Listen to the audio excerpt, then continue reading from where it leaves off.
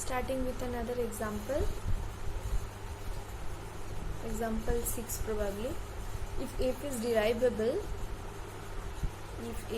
derivable at C belongs to open AB, then there exists a positive delta and m.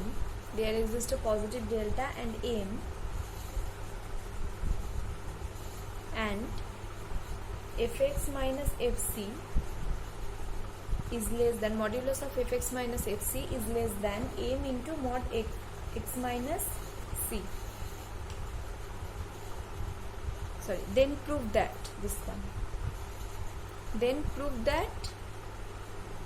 fx minus fc is less than m into x minus c, and hence prove that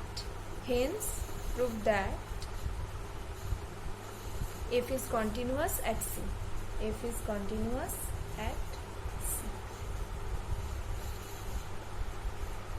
Okay. So it is given that f is derivable at the point C, which is belonging to open interval AB. Then we have to prove that there exists a positive delta and a positive m such that it is satisfying this relation. So we have to find out that delta and that m such that this relation satisfied. Okay, and next we have to prove from this that f is continuous at the point C. So at first, starting with the first part, that is, we have to find one positive delta and positive m such that this relation satisfied. We only have the given condition in our hand is that f is derivable at the point C belonging to open interval A. So starting with that condition, f is differentiable at C.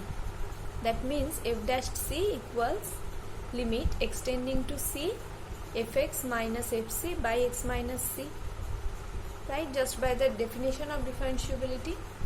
Now check, thinking it as a whole function and it is its limit. So if we take it as capital Fx and this as L, then what we can write from the definition of limit? We can write that for pre-assigned epsilon greater than 0, there exists a delta depending on that epsilon, which must be positive, such that modulus of fx minus L, this quantity, is less than epsilon for all x belonging to C minus delta, C plus delta, difference C, right, just from the definition of limit. Now putting that value of capital F and capital L, so what will we get? Modulus of fx minus fc by x minus c minus f dash c is less than epsilon. Okay. Now here we are using the inequality that mod A minus mod B is lesser equal to mod of A minus B. If we use this inequality over these two functions, taking this as A and this as B, what will we get? We will get mod of fx minus fc by x minus c minus mod of f dash c is lesser equal to mod fx minus fc by x minus c minus f dash c, and this quantity, this whole quantity, is less than epsilon. We got it. So this is less than epsilon, right? That means from the next line what we can write? Fx minus fc by x minus c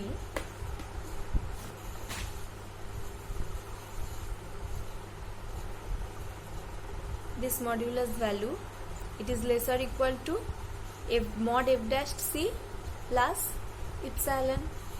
Okay, keep it as equation number 1. Then we are starting with what we have to prove. We have to prove mod of fx minus fc is less than m into mod x minus c, right? So we are starting with that left part of what we have to prove. So now mod of fx minus fc, what we can write it? We can write it like this: fx minus fc by x minus c into mod x minus c. Okay, Now this quantity from equation number 1, what we can write, this quantity is lesser or equal to mod f dash c plus epsilon into x minus c, right? We are taking this quantity as capital M. This is obviously positive because mod f dash c is positive as it is mod quantity, and epsilon is always positive. So we are taking this as our M. So let M equals mod of f dash c plus epsilon. Then what we can write, fx minus fc mod value is lesser or equal to M into mod x minus c, right? So the first part is proved. Now moving to the next part of the question, hence prove that f is continuous at c. That means using this line we have to prove f is continuous at c. This is very easy. Starting with fx minus fc, for continuity part we have to show fx minus fc must be less than epsilon, right? Now this quantity is always less or equal to M into x minus c as we got it. Now this will be less than epsilon if mod of x minus c is less than epsilon by M, right? Then we are choosing this quantity as delta dashed because we know for the continuity part this mod x minus c should always less than delta. We have already used delta, so we are using delta dashed. So for delta dashed equal to epsilon by M, we get that mod of fx minus fc is less than epsilon whenever mod x minus c is less than delta dashed, right? So from this we can conclude that f is continuous at x equals to c. This proves the example.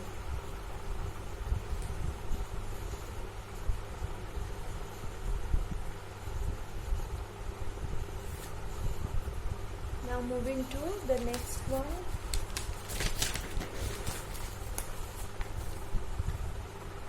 Example 7. Let f of x plus y equals fx into fy for all x comma y belongs to R, and let f is derivable at x equals to 0, and if f dash 0 equals L comma f of c equals M, which is not equal to 0, then prove that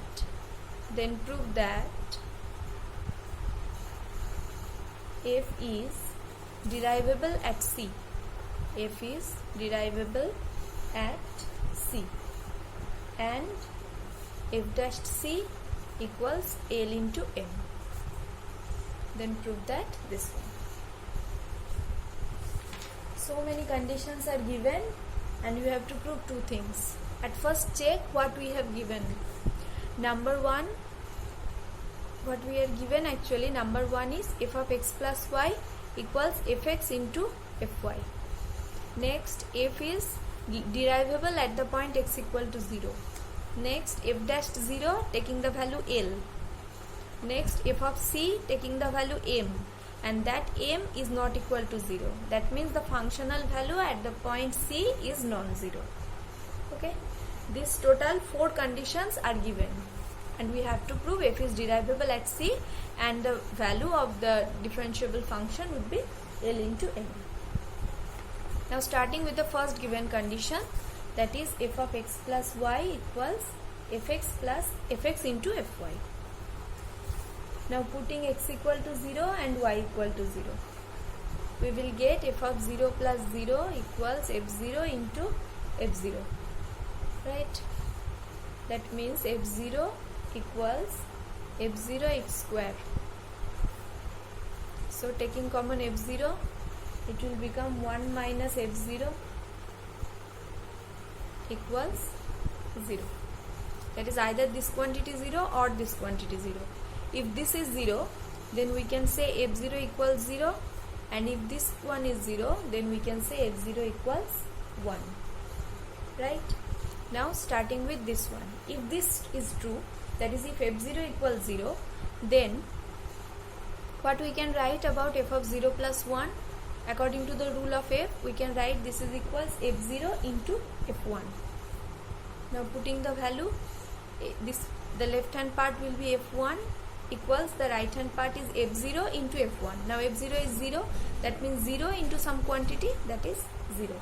Okay, so we get that f1 equals 0. Now f of x, what we can write it? F of x could be written as f of x minus 1 plus 1, right? Taking this one as one part, so we can write it like this. f1 is equals to 0, we get, putting it 0 into something, it will become 0, and this is true for all x. We have chosen just any x, that means fx equals 0 for all x belongs to R, right? We can conclude from this case. But check, in the question it is given that fc equals m, which is not equal to 0, right? fc is equals m, which is not equal to 0. That means at least we can get one x which is equal to c and its functional value is not equal to 0. That means it's a contradiction.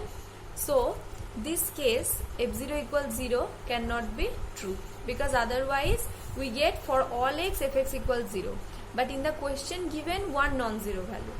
So this case cannot be true. That means the value of 0 under the function f0 should be equal to 1. Okay, so we get one thing, that f0 is equal to 1. This we get from using first and fourth condition. Now starting with the second condition, that is f dash 0 equals to L. We have f dash 0 equals L. That means L equals f dash 0, its definition is limit h tending to 0, f of 0 plus h minus f0 by h, right? Now for f of 0 plus h, we can write it as f0 into fh according to the rule.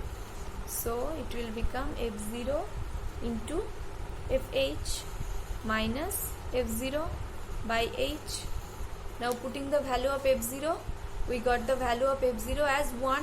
So if you put it, it will become, in the next line we will get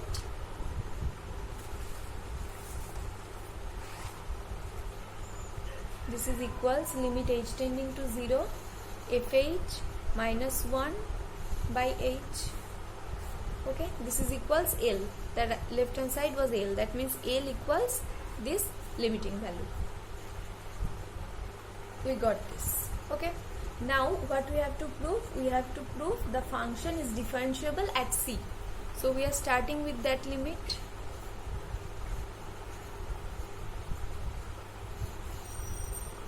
Okay,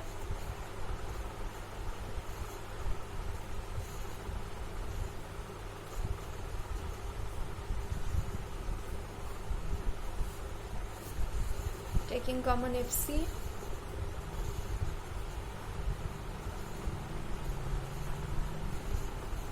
now we know the limiting value of this function.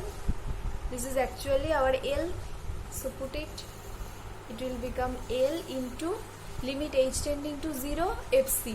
Now this function is independent of h, that is taking limit or not taking limit, both are same, that is L into fc. So L into what is the value of fc given in the question? It is equals to m, that is L into m. So from here we can claim that the function is differentiable at the point C and the value is L into m. Okay, so these are few examples on differentiability. Such type of examples are very important for exam, and not only for that honors exam, for another competitive exams also. Now the next topic is Carathéodory's theorem.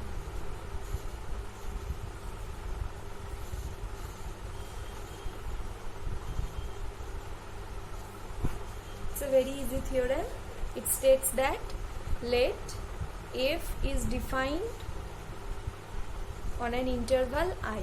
Let f be defined on an interval I, and C belongs to I. Okay. Then f is differentiable at C. F is differentiable at C if and only if there exists a function phi on I which is continuous at C, and satisfies fx minus fc equals phi x into x minus c for all x belongs to I. Okay. And in this case we have phi c equals f dash c. In this case phi c equals f dash c. That means actually the primitive function. So the theorem states that if f is defined on an interval I and c be any point on that interval, that is on that domain, then f is said to be differentiable at that point if there exists a function phi defined on the same domain I, and which should be a continuous function and which should satisfy this relation fx minus fc equals phi x into x minus c. If we can get this function phi, then we will say that the function f is differentiable at c. Okay, and in that case phi c will be equal to f dash c. That's it.